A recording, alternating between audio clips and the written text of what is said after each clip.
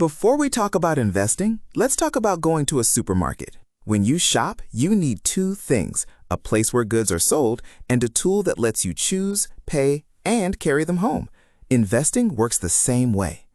The stock exchange is the supermarket. It's the organized place where stocks live and where buying and selling happens.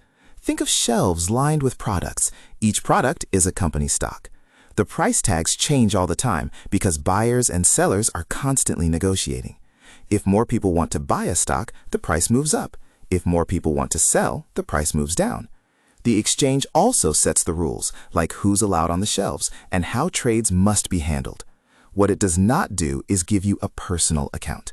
You don't log into the exchange and you don't store your investments there, just like you don't keep groceries at the store. Your brokerage account is the shopping cart. It's the personal tool you open with a broker. You put money into it, you decide what to buy or sell, and it holds what you own after you buy.